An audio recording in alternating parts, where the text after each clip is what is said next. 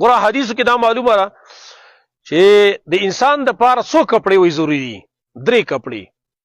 3 کپڑے د دین اخوا چې څوک ساتي وي را اسراف ته وي. یو کپڑا غدار چې دا غستري، دویمه د کار کپڑا، دریم هغه چې د ساتلی چې کله د یو خیره نشي ابل واغوندي. د دین علاوه چې کوي نو هغه اسراف ته.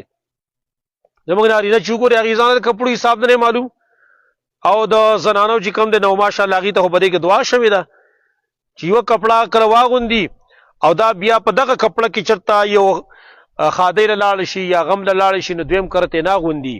خاوند ته وایي دا زنه نه غوند ولې دا خلکو لیدلې ده وایي دا زمونږ د ټول خويندې په دې غم باندې اخته دي. دا خلک دی ویني، ټول خلک دی ویني، دا د لیدلو د پاره د کپڑے خلک اغوندي د لپاره چې خلک یې ویني.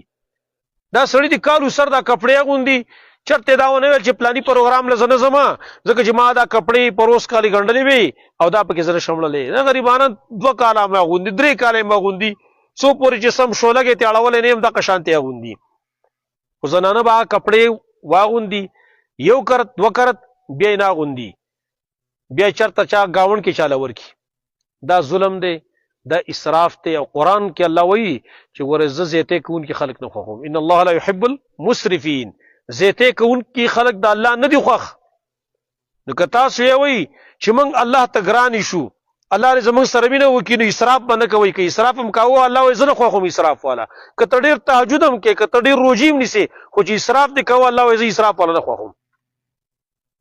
دا اسرافونه دا پرې دی په لباس کې هم، په پیزارونو کې هم، او په خپل خاوندانو باندې، په خپل رونو باندې، په خپل پلارانو باندې لږ ترس وکړي، لږ رحم به وکړي په دې باندې. ستاسو د وجه نه، ستاسو د رسوماتو د وجه نه دا غریبانان د خپل ځوانۍ په مسافرۍ کې